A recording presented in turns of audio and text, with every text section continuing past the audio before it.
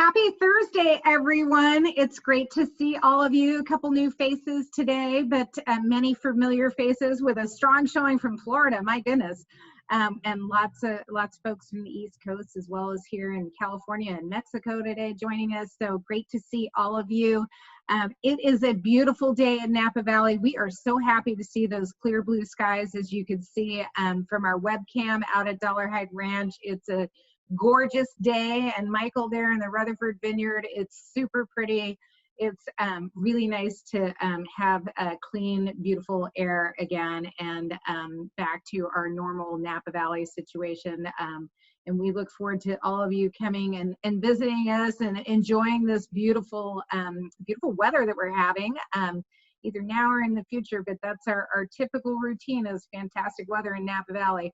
So just a little housekeeping. If you haven't been with us before, please do keep yourself on mute. If you would like to jump in and ask a question, have the participant button open to the side, and you can hit the blue hand, and I will call on you. We can have you jump in and ask a question of our experts or myself.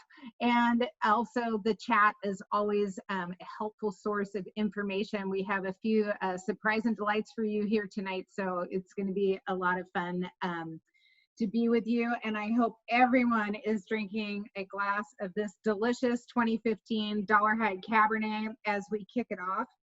We've been talking a lot about the white wine we've had fermenting in the cellar and all the extra work we've been doing. And Michael Scholes, you're there in the Rutherford Vineyard, which we have been watching that vineyard since it was dormant.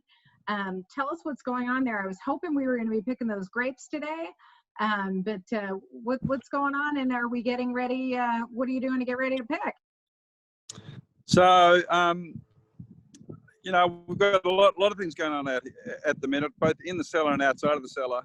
At the moment, you know, I'm standing in Parcel 31 Merlot, which we've been out here many weeks that everyone's been with us for these series and what have you. And, you know, Parcel 31 is a Merlot parcel. We looked at it a couple of weeks ago where we checked the bricks by refractometer and what have you. I think we were sitting about 22 bricks at the time. At the moment, we've progressed quite well in this parcel. You know, we've gone through the whole season. We talked about all the way from dormancy to this stage, and that we're almost at the end of the season for this Merlot parcel behind us.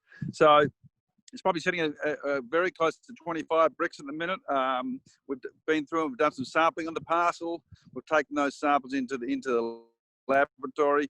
We've processed them and checked the chemistry on them. And we've monitored that and followed that over the last weeks. And we're getting very close to the mark at this point. I've been out in the field every couple of days, if not every day more recently, to check this parcel out, because I know it's coming on pretty fast and pretty strong here. And so we will be into this block here in the not too distant future. Maybe before next time we're on air. We'll see. Maybe not. Yeah. Yeah. Well, we hope so. I know it's been a lot of fun. So what else have we gotten ready in the cellar, or are you going to show us how beautiful that fruit is? So here we go. Look at that. Yeah, we're checking out fruit. Can you see the fruit there? Yeah. So all these clusters, you know. So all these clusters here is what we got going on. They're in great condition. They're great and fantastic shape. You'll see that they've been, and we've talked about this before, but exposed on this side of the vine, because on this side of the vine, you know, we're into the afternoon and we still have shade in this location. So we like to expose the fruit so they have sunlight, and particularly reflective sunlight, bouncing around the clusters, because to get clusters to colour up in the structure and the anthocyanin and tannin development to progress well, we want to have sunlight around the clusters. So that's what we've done here. So you can see these clusters in a great display down the row. And perhaps we can show you that display as we go through here. You can see right down the row, display of clusters all the way along there, which is pretty cool. Gorgeous. But no, they're looking, these are looking great. So we're in great shape at the minute. This is fantastic. So Michael, we've got a question from James asking from Facebook. When you sample the vineyard, is there a sample size taken proportional to the size of the vineyard? Not really proportional to the size of the vineyard, but well, yes and no. It's a rough sort of situation, and it is sort of dependent on on the acreage, I guess, but not in a dramatically scientific approach. What we try to do is we try to do walk a similar number of rows per acre. So from that point of view, it's proportionate. But at the end of the day, depending on the block, we're looking to get anywhere from about roughly a third of a bucket of grapes to about 2/3 a bucket of grapes on a block. So if you get a really, really big block, it becomes a little less proportionate as compared to a small block. But that's about what we look for. And that's a random sample throughout the vineyard. Exactly.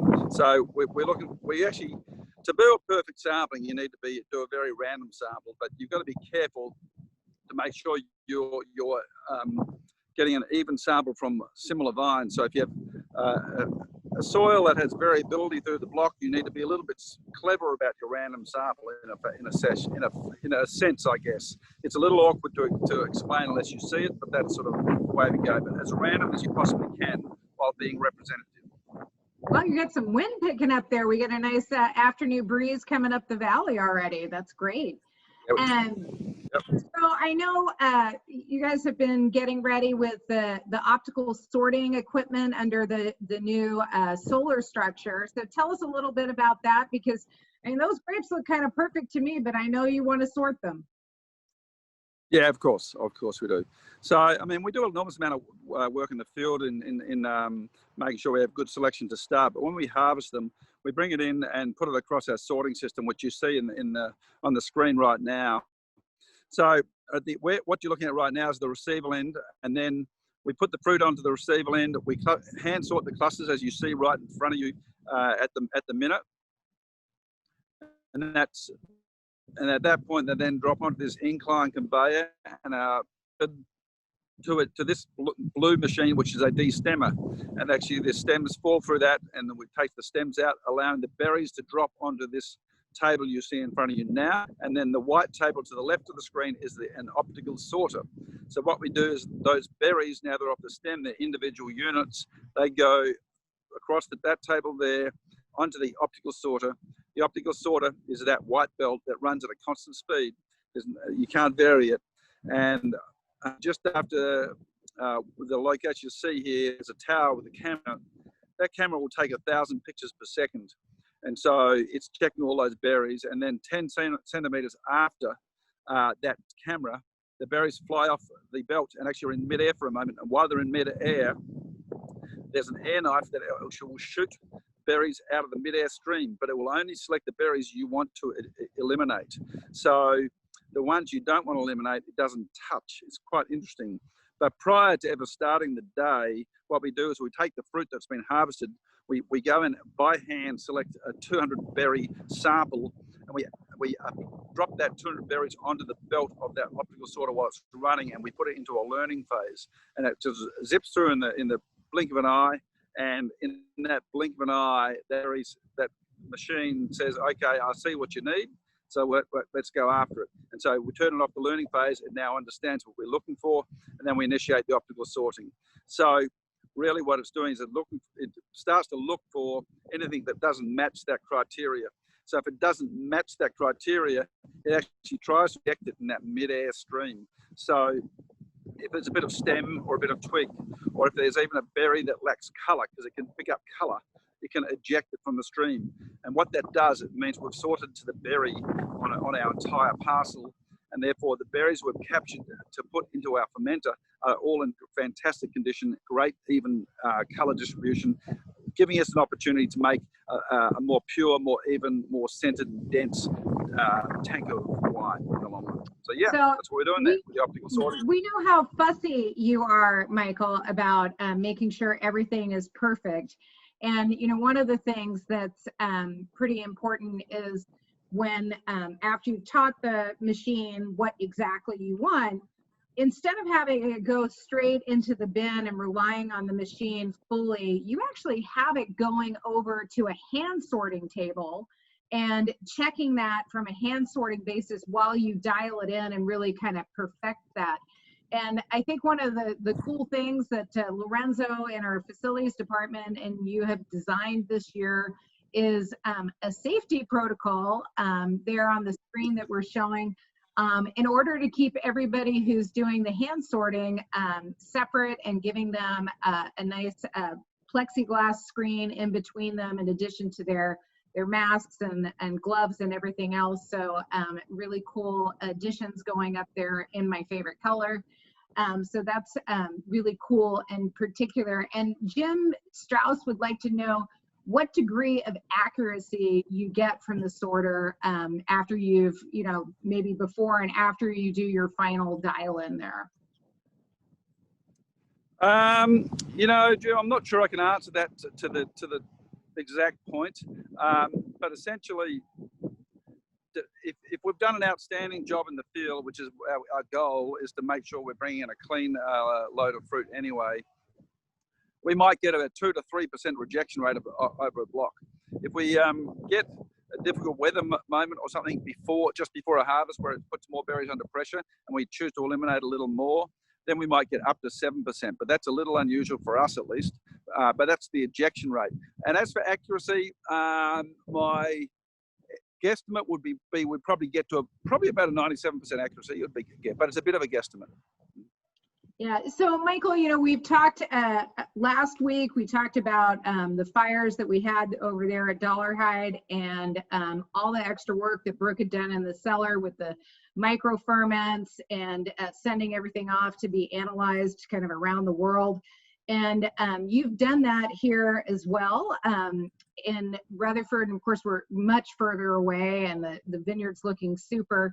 Do you want to talk a little bit about the additional measures that you're putting in place to ensure that the wines we make are of the quality that we want to make sure we have at St. Supéry? Otherwise, they're not going to be made. Of course, with that of course. Block. No, yeah. Look, every season throws a challenge at us. We always have a curveball of some kind, whether it be heat or moisture or whatever. This year's curveball is, fires and smoke and ash and things, and it's a little very unusual for us, really. But we need to take measures to mitigate any impact that might have on our wine. So what we're doing, we're working in the field. So if there's ash in the air, it seems to get caught up in the canopy or on the leaves per se. So to mitigate that and get rid of it prior to the harvest day, we go through with what we call an air blast spray rig, which we tow behind a tractor. And that just blows a high pressure amount of air through the canopy and blows ash out. We follow that up with a spray rig that's actually filled with some spray.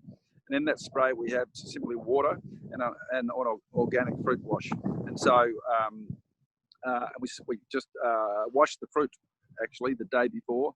That gives us a few hours for it to dry off again, and then for us to go in and harvest that night. Because of course we harvest it starting at midnight most nights, or thereabouts, midnight or 11 p.m. or 2 a.m. somewhere like that, when the fruit's exceptionally cold, because we like to receive the fruit in a very chilled state because it helps us maintain the integrity and quality of that fruit. So we do that. We've taken on another measure as well that you see in the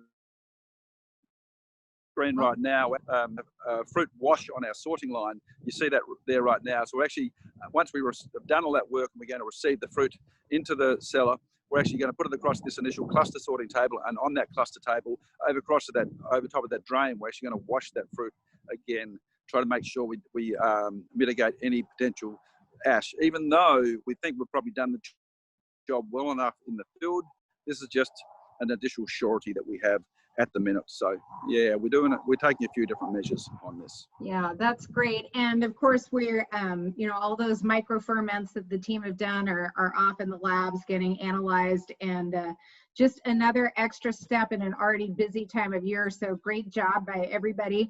One of the kind of fun things that many of you probably don't know that we do at St. Supéry, we have over 1,200 heirloom fruit trees and that we grow over 80 different types of peaches, but you may not know that we grow 8 different types of apples. And Brooke Shank, our other winemaker, her passion was to make some cider. And so in 2015, we decided to make some apple cider, and Brooke led that process, and Brooke and Michael and I sat down and we tasted about 100 different ciders in bottles, and And they weren't really to the style that we all sort of thought about cider, because maybe we're wine people. We thought about cider as wine.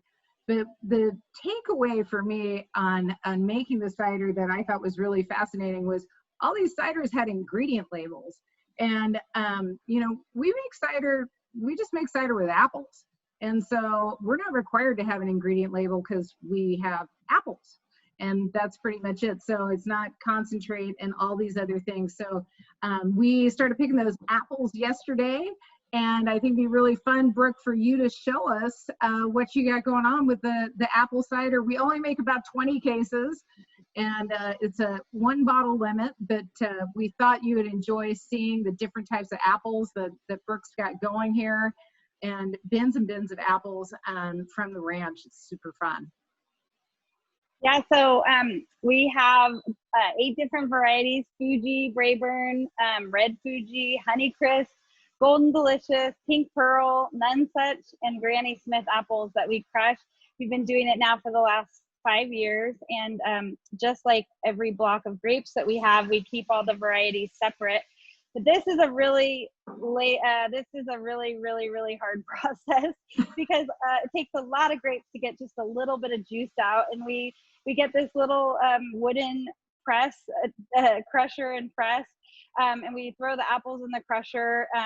The one we got this year is actually hand crank, so he's doing this by hand, crushing them up. So all the crushed up apples go into kind of a mesh bag, which goes into that little wooden press that we have there. And then once we get the bag full, we'll actually start to, just as he's doing, crank down on it and squeeze out all the juice that we can get. But we're talking like 250 pounds of apples will create 15, maybe if we're lucky, 15 gallons of juice.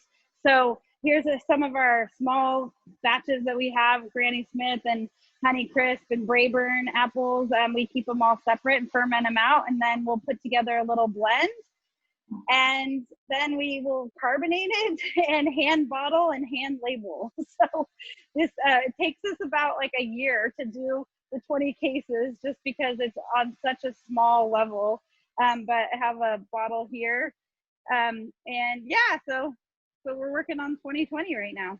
Yeah, so awesome, Brooke, and really fun that we're going to be releasing September 28th, the most recent vintage of the apple cider, and Laura's posted, and it'll be in your follow-up email. If you want to order your bottle of that, you can have a VIP access to get that bottle first. It's just a lot of fun. It's low alcohol, it's delicious and fresh, and it you know, it just tastes like you're biting into a fresh apple, right? I think that's your goal, Brooke. Yeah, so we make it in kind of the same style that we do our white wine making, so just trying to show the purity of fruit, and that's our goal, is to just make a really like refreshing cider that tastes like you're biting into an apple. So yeah, it's good, and it's a lot of fun to do.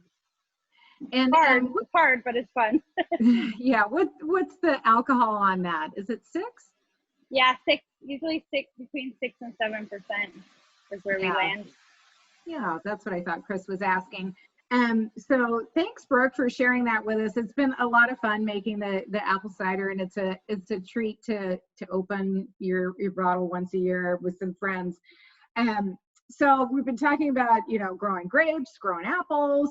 Bree, why don't we hop over to you, our fantastic estate horticulturalist, and you have been growing beans and all sorts of delicious things for Chef Todd. So why don't you tell us a little bit about what you've got going for us today? Yeah, so I've been busy. We've been picking tomatoes, our garlic and onions for our chef to use this evening, as well as some of our drying beans. I got potatoes in yesterday, so exciting, and then some of our winter squashes. So as far as, yeah, so if drying beans, I like to do both like pole beans and bush beans. These are Scarlet Runner. These are not only so tasty, but the vines are so beautiful with the red flowers. These are Black Calypso. The yin and yang. Yep, and these are Christmas pole lima beans. So I think these are fun. They're, you know, a little bit different color than the ordinary lima bean. These are Fort Portal Jade beans. These are actually ones that Chef Todd will be using this evening. Those are gorgeous. And some Appaloosa beans. So kind of fun names, fun colors. They're gorgeous. Yeah, some of our squash here, you can see the big blue Hubbards are those big funky blue ones, some pumpkins and stuff like that. There it is, blue Hubbard. So these can get huge. And they're kind of a hard, but they taste amazing, really creamy texture and flavor. I don't think I've ever had one. Yeah, they're pretty unique. That's one great thing about planting your own seeds is you get to grow all kinds of cool stuff. So this is a tromboncino, and what is really cool about this winter squash is when it's mature, it'll be tan and it stores for a long time. You eat it like a winter squash, but you can also pick it early as a summer squash and eat it like you would a zucchini. So, and you get fun shapes. Oh, and more squash. They're gorgeous. Yeah. So how do you know when to harvest your squash? Because you've got a lot of different sizes and types there. Yeah, so pretty much the rind will get really hard. So if you push your fingernail into it gently, it shouldn't leave a mark. It should be pretty firm. And then the stem should be pretty dried out. It'll be really hard, usually towards the end of the season. And then you want to cut it off. You want to leave about 2 inches of the stem on there. And about how long can you keep them for? Because it's so funny, we're growing them in the summer and we call them winter squash. Yeah, I know, it's sort of confusing. So they're grown in the summer. They're called winter squash because that's typically when they're eaten. So when you first harvest them, you actually want to let them cure in a cooler place, like maybe 50 degrees or so, if you got a cool garage or something in a dark, cool place, for about 4 to 6 weeks. Yeah, or a wine cellar. That's perfect temperature. So yeah, you want to let them sit for about 4 to 6 weeks. They'll actually improve the flavor. They'll be a little bit sweeter. So if you can be patient enough to wait, it is worth it. Although you can eat it straight out of the garden. And then from there, they'll last about another 4 to 6 months. Awesome, great tips. And the potatoes, I have been accidentally growing volunteer potatoes since I planted them about 15 years ago. I get some purple Peruvians in our garden every year, and they seem to pop up just about everywhere.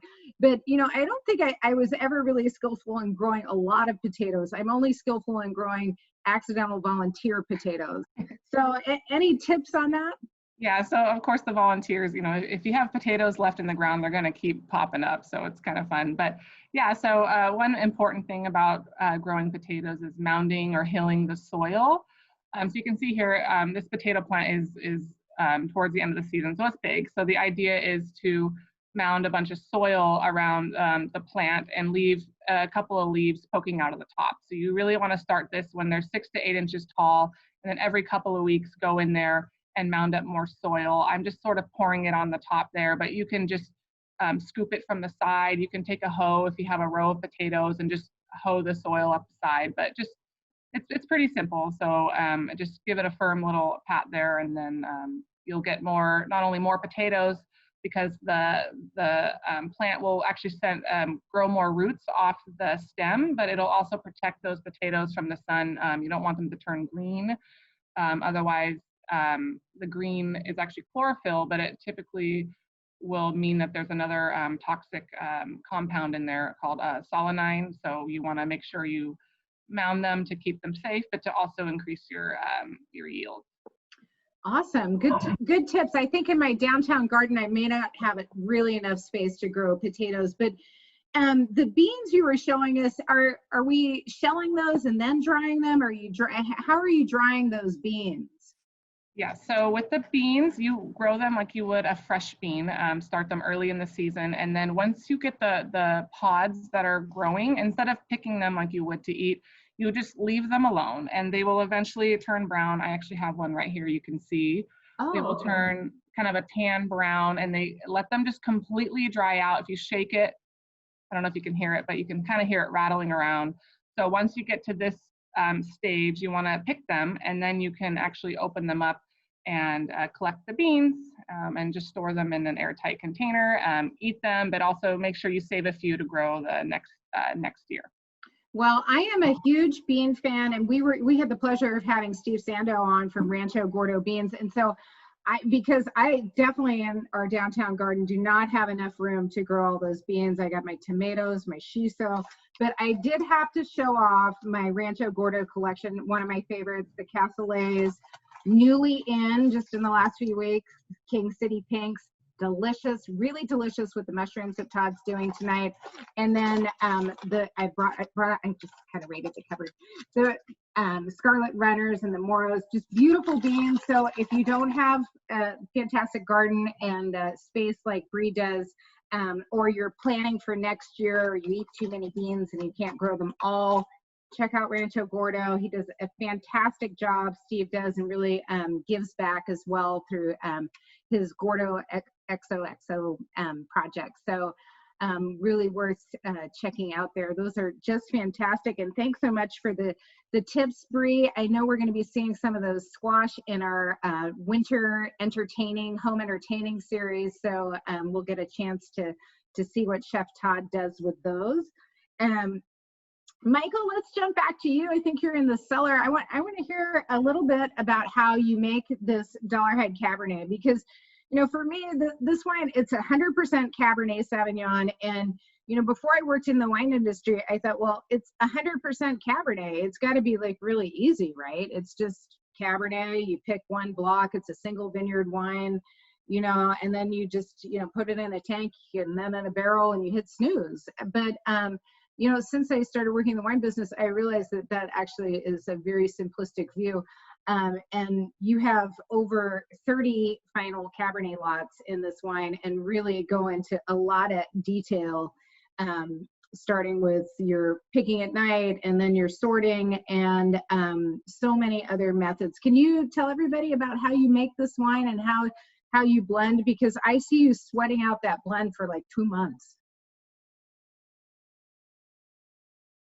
Michael? Did we lose you? Can you hear me? Sorry. We can now. Oh, perfect. Yeah. So look, listen, I don't think I spent 2 months in this wine, but we make a few different wines in that 2 months, but still, it's important wine, as all are.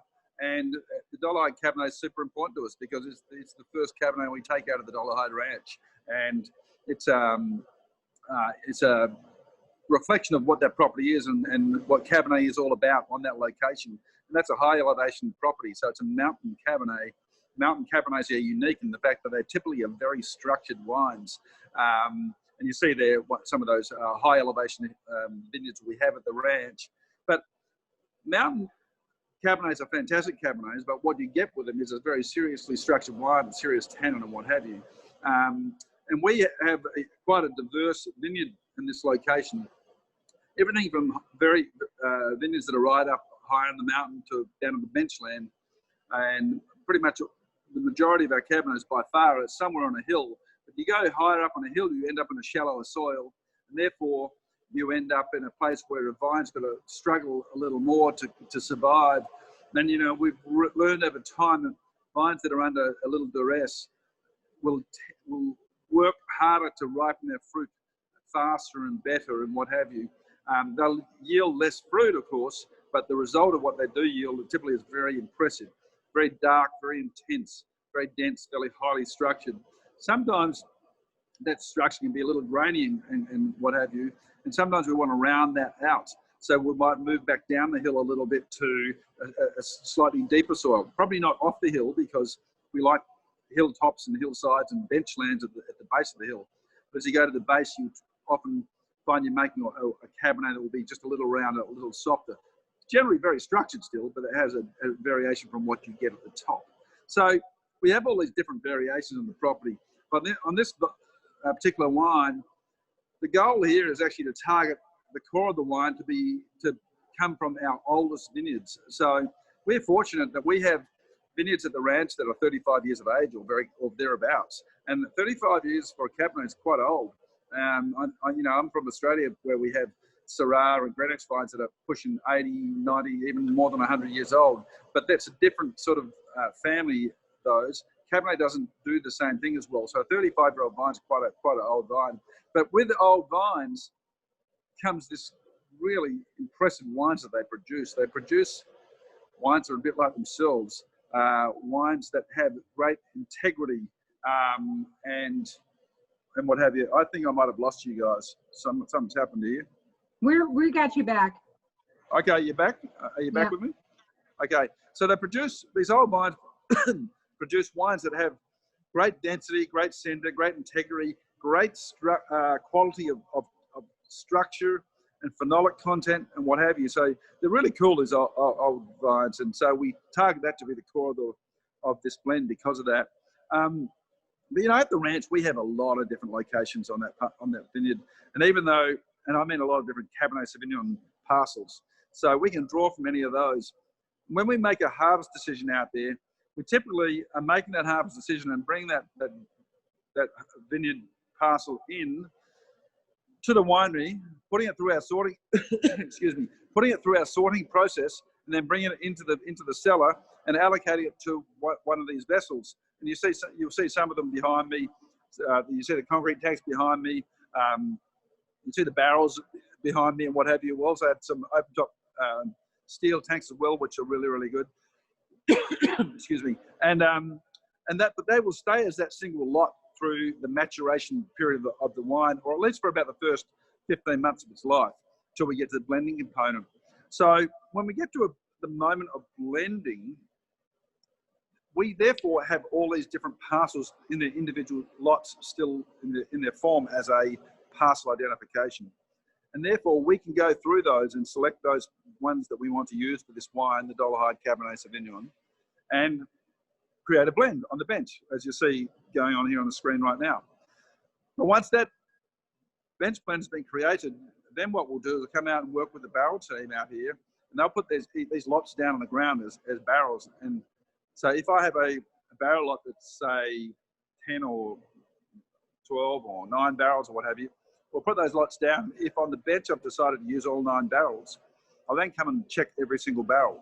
And I might decide that, say in a set of 10, that 4 or 6 of them make the blend. So then I go back to the bench with those 4 or 6 barrel blend, and I rework that blend. And we continue to progress that until we get to the final core of what we're trying to achieve.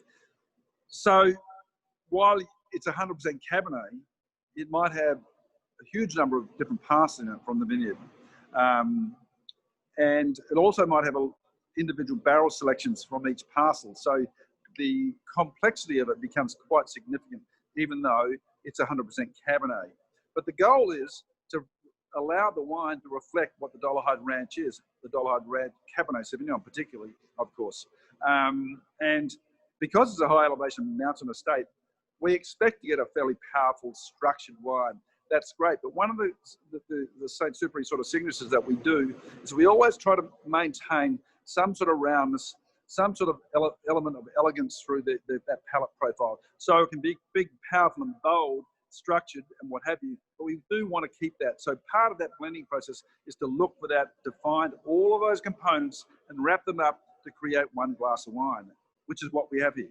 Well, you're getting a lot of fans for this wine. Lynn and Harold both love it. And Harold would like to know how long we can keep this 2015 in the cellar. And, you know, I might respond with as long as I can stop opening it. But you probably have a more technical answer than that today. Well, yeah, listen, we cellarability is all a function of, you know, the structure of the wine, the acidity of the wine, and, you know, how well you handle the wine in the cellar and prepare the wine all the way into the bottle. But, you know, in a wine like this, I know from experience, because I have had a bottle or two of this recently, that I've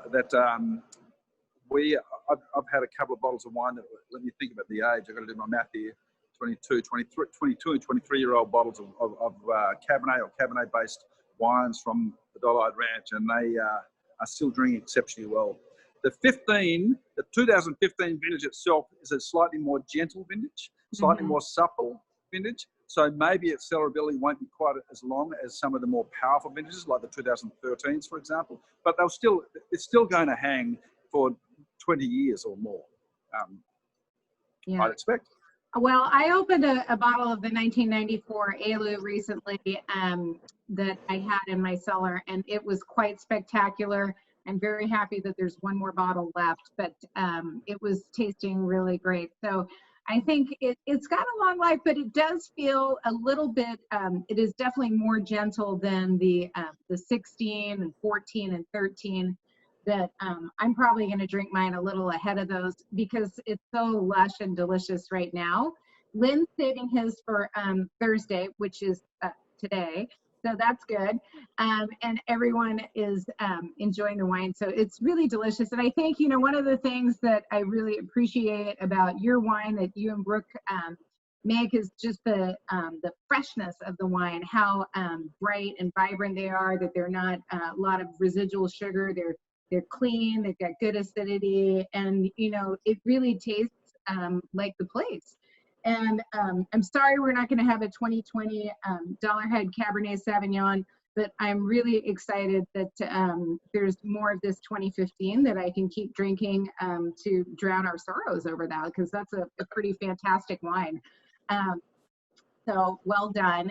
Let's see what Chef Todd has made to go with this. Chef, have I lost you? Uh-oh. There he is. I'm here, just getting the sound on. Hopefully everyone can hear me okay. We can hear you and see you, which is great. Perfect, perfect. Yes, with all the fantastic wine that Michael makes and Brooke makes and the entire team, everything that comes out of Dollarhide, it's always a pleasure to work with.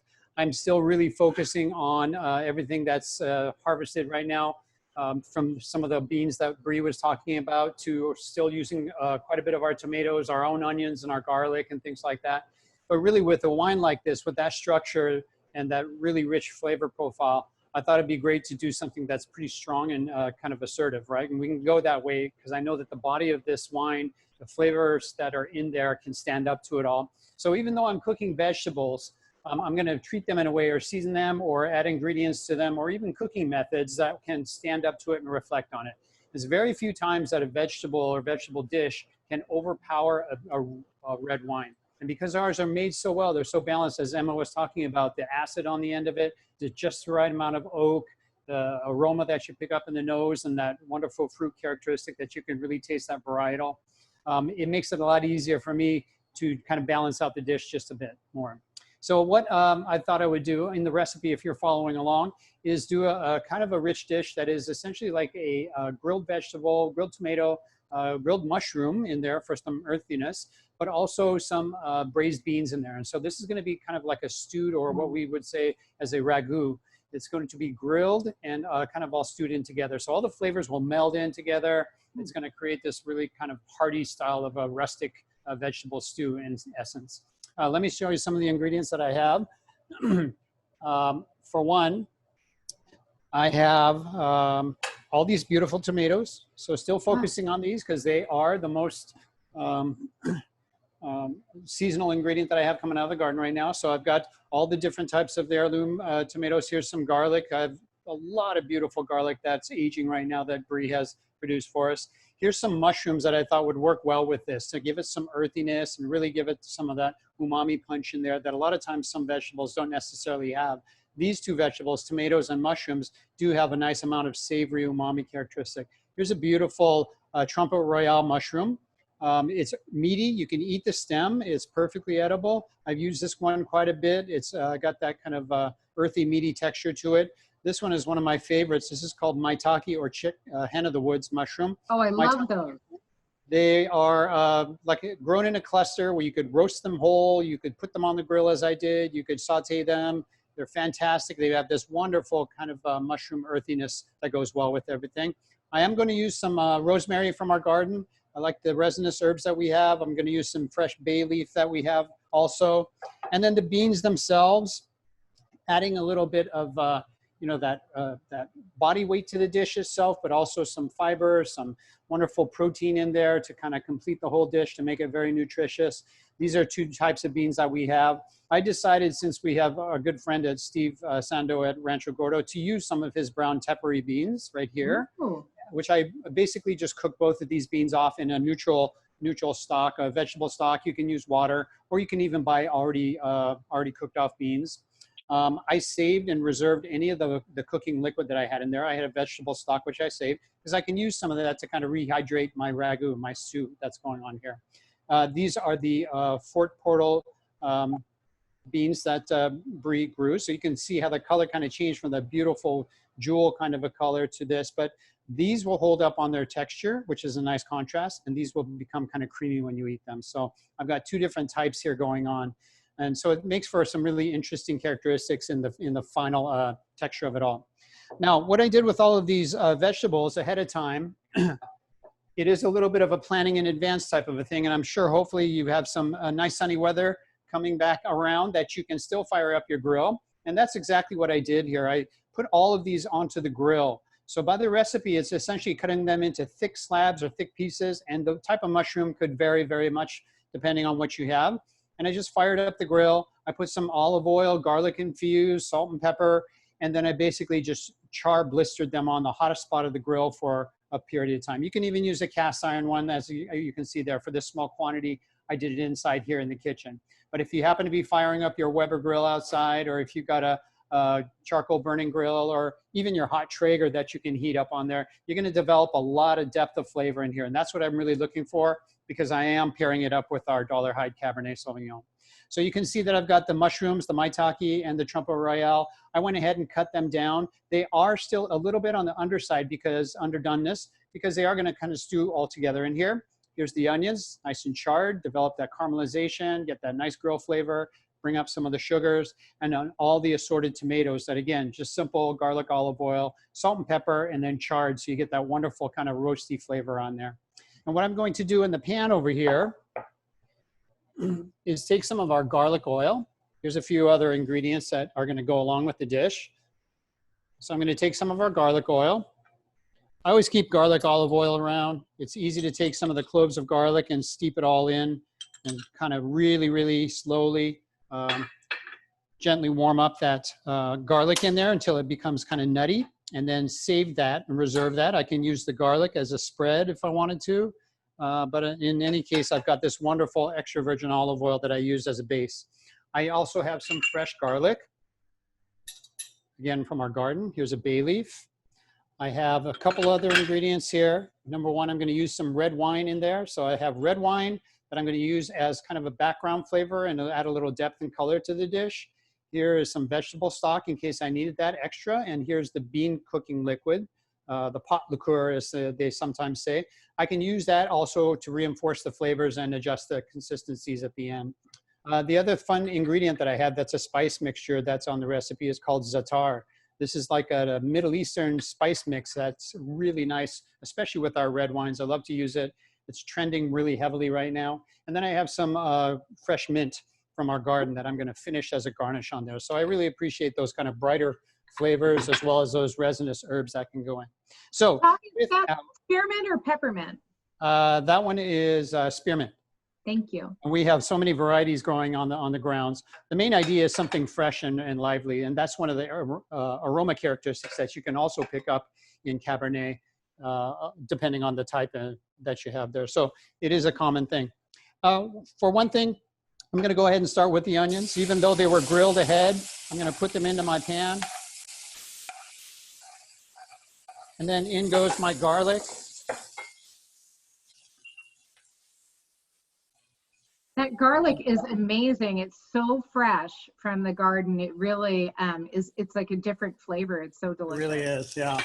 And I just want to basically warm this through, get that garlic aroma to kind of come out just a bit. It won't take very long. This whole dish may simmer, maybe since everything is kind of par cooked and par grilled, it may take only upwards total start to finish about 20 minutes. Okay. All right, so now that you've got some nice color on there, you obviously are picking up some fantastic aromas from the garlic there. I'm going to go ahead and add in the beans, both types here. These are par cooked again, so they're already done far enough through. Okay. That should be good for this amount. That's going to add a lot of nice body to it. I'm also going to add the mushrooms in here. So these mushrooms will give off their flavor. They're going to add that wonderful kind of umami earthiness to it. I'll let these kind of cook down for just a little bit. Now what I want to do here is build up a little bit of flavor, but I'm also going to take my red wine here in just a bit, and I'm going to actually do almost like what we would say is a deglaze, where I not only fortify the dish with the wine, which, you know, kind of creates a little bit of a bridge and adds a little more weight to the dish itself, but it actually releases all the wonderful brown bits that you see on the bottom of the pan. And then by concentrating this down and simmering it and letting it cook down, I'm building up a background of flavor. So it's kind of layering and developing more strength in there. So I'm going to cook this down until it's concentrated. My tomatoes are fairly soft. I didn't use the very ripest ones. I used slightly firmer ones so that they could handle the heat on the grill. And so since mine are fairly well cooked and almost done, I'm going to actually add them in a little bit later into this cooking process so they don't all the way overcook and kind of disappear. So as you can see, this red wine is concentrating down. All those flavors are kind of cooking together. I'm going to go ahead and put in my bay leaf, nice savory, and rosemary.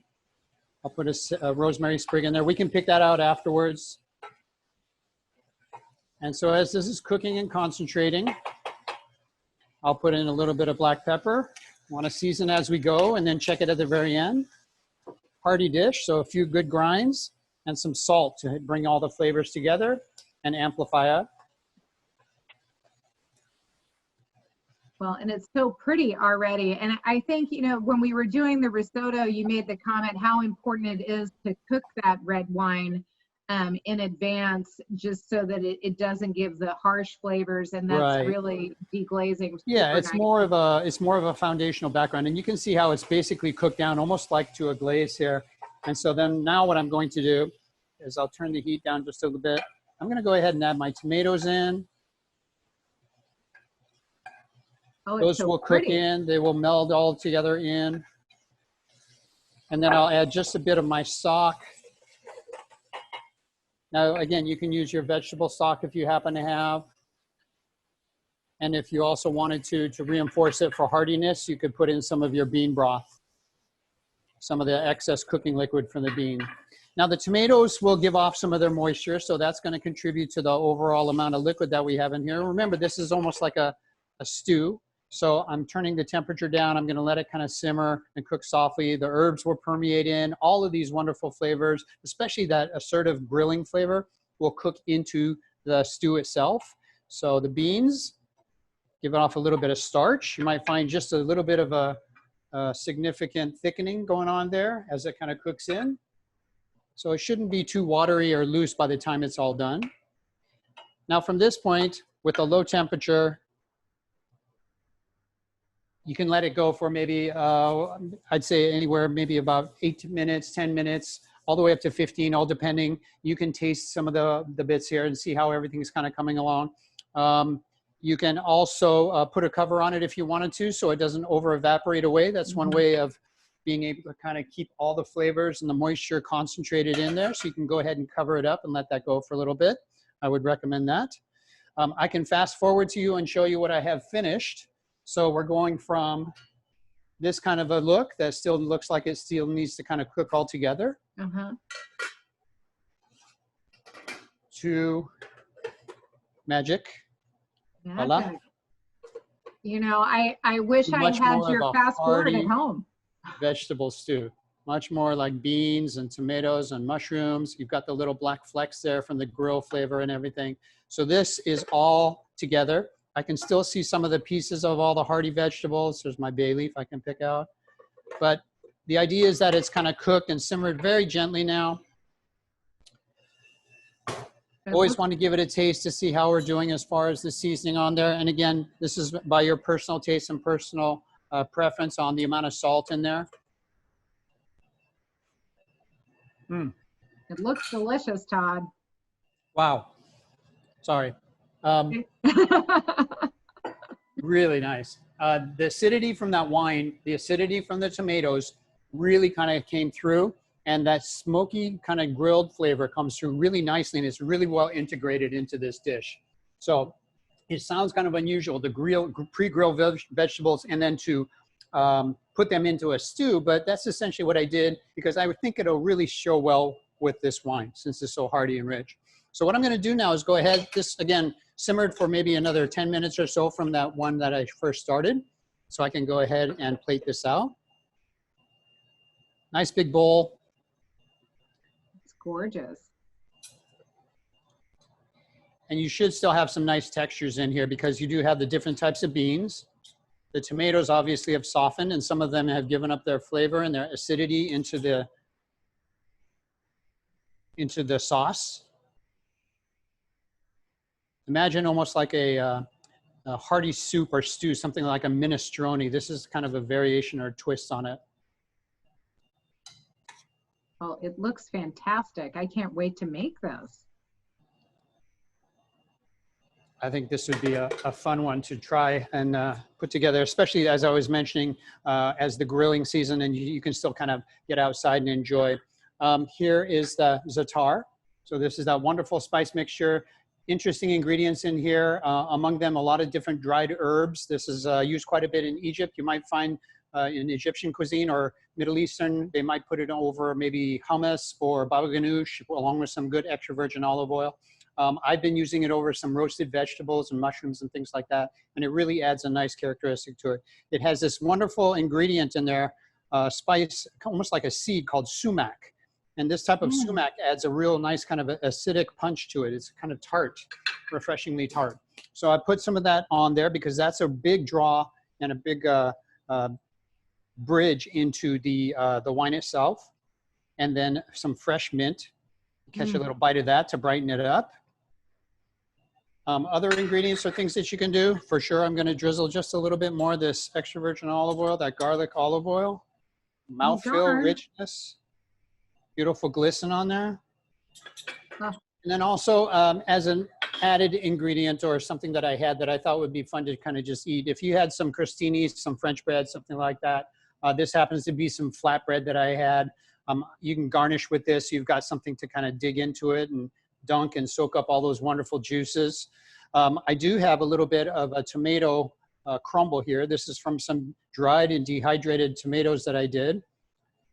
Oh, beautiful. So I'm putting that on for a little crunch as well, a little extra pop because you're going to pick up some of the acidity in there. Right here, we've got some of our rosemary blossoms, so I can garnish with those. As the season changes, our edible flower selection kind of changes a bit as well. And so we adjust and we reflect the seasonality and the terroir that I have right here at the winery. So beautiful rosemary blossoms. There's rosemary steeped into the dish itself. You've got all those wonderful grilled vegetables and tomatoes in there. You can garnish with a little bit more. Some of these whole cherry tomatoes I would just blistered, put right up over the top. Oh, perfect. Now it looks all fresh and pretty. Very. But the weight of this dish and the flavor profile is heavy and rich. It's wonderful, and I think it'd be a fantastic mix to go with the glass of your Dollarhide Cabernet Sauvignon. Oh, gorgeous. Just delicious, Todd. That looks fantastic. And another wonderful, healthy vegetarian dish. I know a lot of folks who've been joining us. We're super excited to have 6 weeks of vegetarian food, and don't be put off in the next series. There will be lots of vegetarian options always popping in. Todd thinks about those of us who are watching our waistline or watching where our food comes from and watching what we eat. So excellent. That looks really delicious. Thank you. Wonderful. So I do just want to make a little shout out, you know, during the SIP, we had 20 of our employees sat for their WSET exams level 2, thanks to Tammy Richards, our VP of Sales, who is also a certified trainer, and she trained us all on Zoom and with our books, and everyone passed. We got our results this week, so really exciting, and many with distinction and merit, pretty much everybody.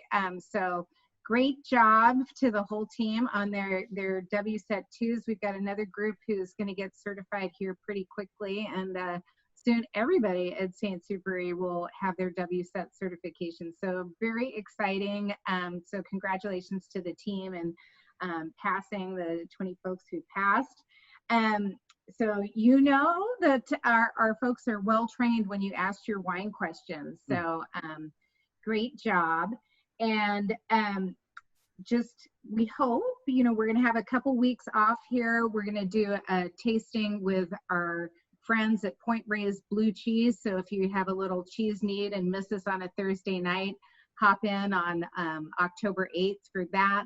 And then we're going to start the Enjoy at Home Entertaining series starting October 15th.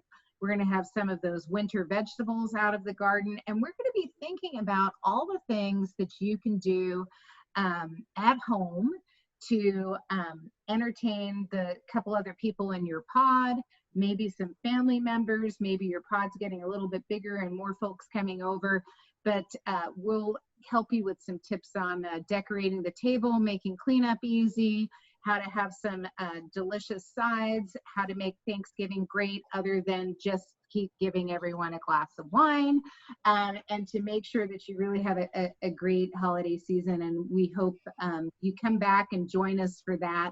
And thank you all so much for joining us for the last number of weeks. We really appreciate it, and we appreciate the shout out. Thanks, Harold, for calling out everybody, and it's wonderful to see you all, and we look forward to seeing you again soon, either online, in person at the winery, out in the market. We'll be getting out there a little bit more here soon, and we just appreciate all of you joining us. It wasn't exactly the harvest season we anticipated, not being able to harvest our Dollarhide Ranch, you know, 95% of our grapes. So we're happy that you've been able to be here with us through the season. So thanks so much. And until we see you next time, be well, be kind, remember to vote, and we look forward to seeing you again soon. Thanks so much for joining us. Cheers.